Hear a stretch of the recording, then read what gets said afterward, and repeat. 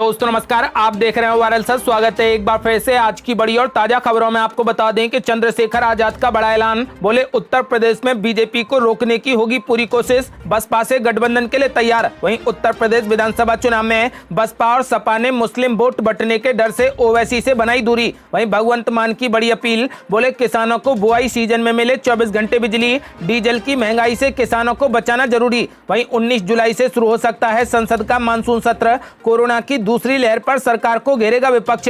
वहीं आंतरिक सर्वे में बड़ा खुलासा। दिल्ली नगर निगम चुनावों में भाजपा को 50 सीटें मिलना भी मुश्किल। वहीं बंगाल में सुनियोजित साजिश के तहत हुई हिंसा, जांच कमेटी ने गृह मंत्रालय को सौंपी रिपोर्ट। वहीं बीजेपी कार्यकर्ताओं ने किया मनीष सिसोदिया का घेराव। उप मुख्यमंत्री ने लगाया स्कूल में तोड़फोड़ का आरोप। वहीं पंजाब चुनाव में अरविंद केजरीवाल ने खेला बड़ा दांव, जीते तो देंगे 300 यूनिट तक फ्री बिजली। वहीं पंजाब कांग्रेस में बड़ी कलह है। नवजोत सिंह सिद्धू पटियाला से पहुंचे दिल्ली। राहुल ने कहा कि नहीं हुई कोई बैठक। और भी बड़ी खबरों को जानने के लिए वीडियो को लाइक कर दें, चैनल को सब्सक्राइब कर लें और घंटी बटन जरूर दबा दें। वही पहली बड़ी खबर है, चंद्रशेखर आजाद का बड़ा ऐलान। बोले यूपी में बीजेपी को रोकने की होगी पूरी कोशिश, बसपा से गठबंधन के लिए तैयार। ये आपको बता दें कि उत्तर प्रदेश में अगले साल विधानसभा के चुनाव होने हैं। चुनावों के लिए विपक्ष ने अपनी कमर कस ली है और सत्ताधारी बीजेपी को सत्ता से हटाने की बड़ी रणनीति तैयार की है। इस बीच भीम आर्मी चीफ और आजाद समाज पार्टी के चीफ चंद्रशेखर आजाद ने कहा कि हमारी पार्टी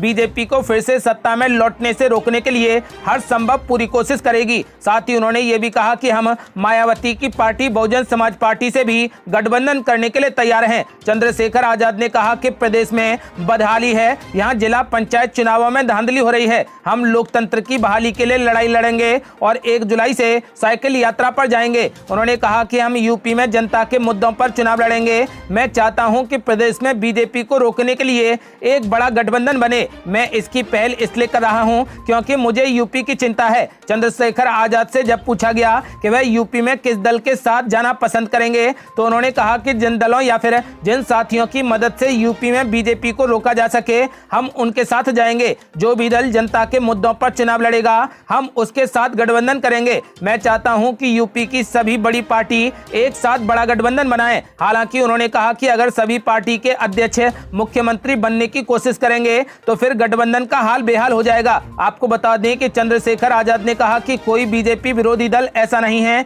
जिससे मेरी बात ना चल रही हो। मैं उनसे भी बड़ा गठबंधन बनाने की बात करता हूं। उन्होंने कहा कि चुनाव अभी दूर हैं। मुझे उम्मीद है कि चुनाव से पहले एक सकारात्मक गठबंधन बनेगा और मैं इस गठबंधन में रहकर गांव-गांव घूमकर लोगों को तैयार करूंगा। आपको बता दें कि चंद्रशेखर आजाद ने बीजेपी को हटाने की ठान ली है। और बड़ी खबर, उत्तर प्रदेश विधानसभा चुनाव में सपा और बसपा ने मुस्लिम वोट बंटने के डर से असदुद्दीन ओवैसी से बनाई दूरी। ये आपको बता दें कि उत्तर प्रदेश में समाजवादी पार्टी और बहुजन समाज पार्टी दोनों ने ही असदुद्दीन ओवैसी की पार्टी AIMIM से दूरी बना ली है। दरअसल दोनों ही पार्टियां राज्य में अपने मुस्लिम वोट बैंक में एक और हिस्सेदार बनाना नहीं चाहती। यही वजह है कि पश्चिम बंगाल की तरह ही उत्तर प्रदेश विधानसभा चुनाव में भी असदुद्दीन ओवैसी दूसरे बड़े क्षेत्रीय दलों के साथ गठबंधन नहीं कर पाए। बिहार में गठबंधन के बाद बसपा ने ओवैसी से सार्वजनिक दूरी बना ली है, जबकि सपा ने भी ओवैसी से गठबंधन करने से साफ इनकार कर दिया है। गौरतलब है कि यूपी में मुस्लिम वोट बैंक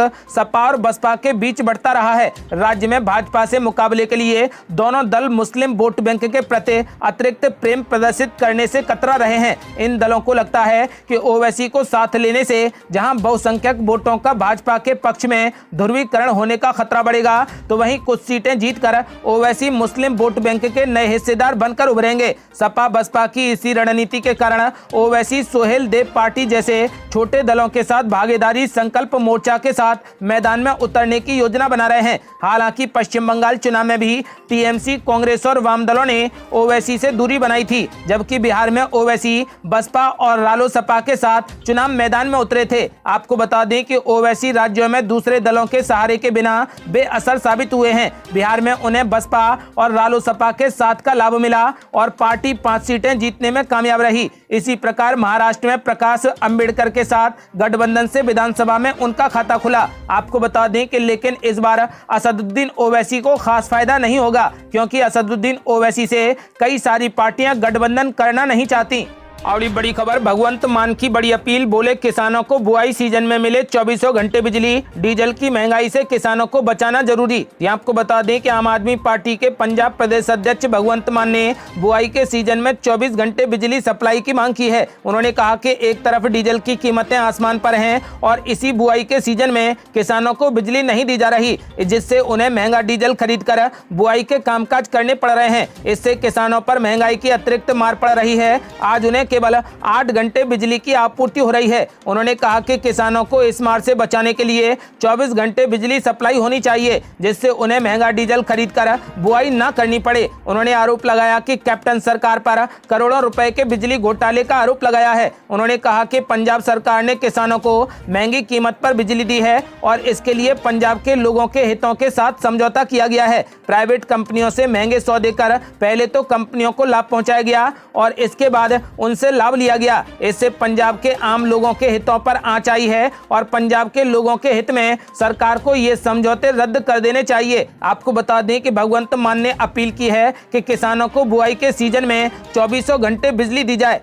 और ये बड़ी खबर, 19 जुलाई से शुरू हो सकता है संसद का मानसून सत्र, कोरोना की दूसरी लहर पर सरकार को घेरेगा विपक्ष। ये आपको बता दें कि संसद का मानसून सत्र 19 जुलाई से शुरू होने की संभावना है। रक्षा मंत्री राजनाथ सिंह की अध्यक्षता में संसदीय मामलों से जुड़ी कैबिनेट कमेटी की पिछले हफ्ते हुई बैठक में इस बारे में फैसला लिया गया। कमेटी ने फैसले से जुड़ी अपनी सिफारिश राष्ट्रपति के पास भेज दी है। सिफारिश में मानसून सत्र को 19 जुलाई से 13 अगस्त तक कराने का सुझाव दिया गया है। आपको बता दें कि आज ही सत्र शुरू करने की औपचारिक घोषणा होने की भी उम्मीद है। सत्र ऐसे समय में हो रहा है जब कोरोना की दूसरी लहर से देश उबरने लगा है। दूसरी लहर के दौरान ऑक्सीजन, अस्पताल में बेड और दवाइयों की कमी के मुद्दे पर कांग्रेस समेत तमाम विपक्षी दल लगातार मोदी सरकार पर हमला कर रहे हैं। सत्र के दौरान एक बार फिर से सरकार को इस मुद्दे पर घेरने की कोशिश की जाएगी। वैक्सीन दिए जाने की रफ्तार को लेकर भी सरकार से सवाल किए जाने की उम्मीद है। और ये बड़ी खबर, सर्वे में बड़ा खुलासा, दिल्ली नगर निगम चुनावों में भाजपा को 50 सीटें मिलना भी मुश्किल। ये आपको बता दें कि भारतीय जनता पार्टी द्वारा कराए गए एक आंतरिक सर्वेक्षण से पता चला है कि अगले साल की शुरुआत में होने वाले दिल्ली के निकाय चुनावों में भाजपा के लिए 40 से 50 सीटें भी हासिल करना मुश्किल होगा। आम आदमी पार्टी के नेता दुर्गेश पाठक ने सोमवार को यह दावा किया है। आपको बता दें कि आम आदमी पार्टी के नेता के दावे को खारिज करते हुए दिल्ली भाजपा के प्रवक्ता प्रवीण शंकर कपूर ने कहा कि ये अजीब है कि सत्तारूढ़ दल अब भाजपा के लिए मनगढ़ंत सर्वेक्षण कर रहा है। दिल्ली के तीनों नगर निगमों पर भाजपा का शासन है। आपके एमसीडी प्रभारी दुर्गेश पाठक ने एक बयान में कहा कि पिछले चुनाव में दिल्ली की जनता ने 181 सीटें देकर तीनों नगर निकायों की बागडोर भाजपा को सौंपी थी। हालांकि उन्होंने भाजपा पर एमसीडी को बर्बाद करने का भी आरोप लगाया। पाठक ने दावा किया है कि भाजपा द्वारा किए गए एक आंतरिक सर्वेक्षण से पता चला है कि भगवा पार्टी के लिए अगले एमसीडी चुनावों में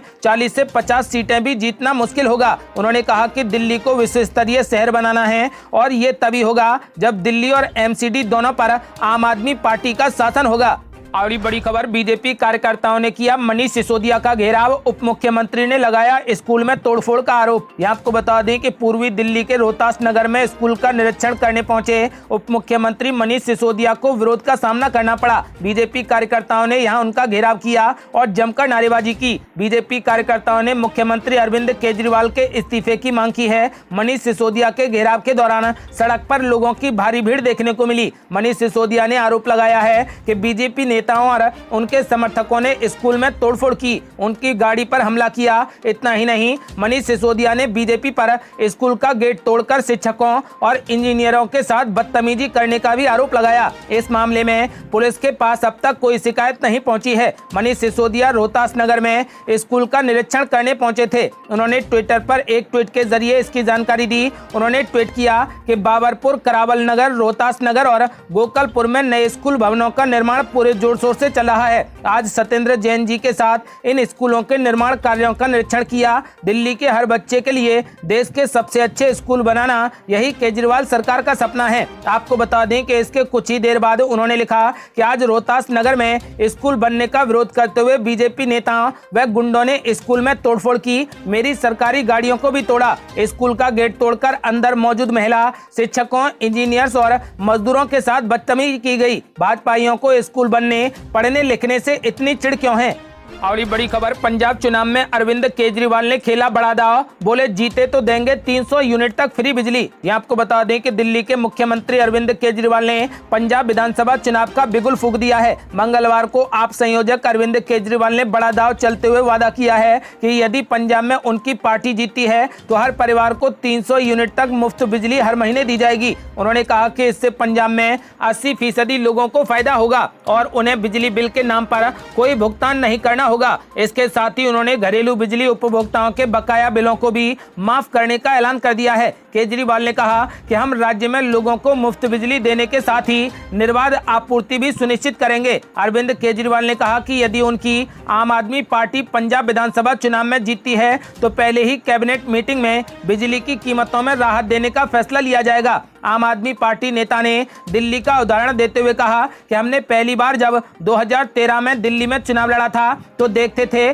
कि लोगों को चढ़ा चढ़ा कर बिल भेजे जाते थे। पंजाब की तरह ही सरकार बिजली कंपनियों से मिली हुई थी। आज दिल्ली में बेहद कम दाम पर लोगों को 24 घंटे बिजली की आपूर्ति मिल रही है। हमें पंजाब में भी दिल्ली के उस मॉडल को लागू करना है। कैप्टन अमरिंदर सिंह सरकार को विफल करना है। आपको बता दें कि केजरीवाल ने पंजाब में ऐलान कर दिया है कि यदि पंजाब में हमारी सरकार बनती है तो सभी परिवारों को 300 यूनिट तक फ्री बिजली दी जाएगी।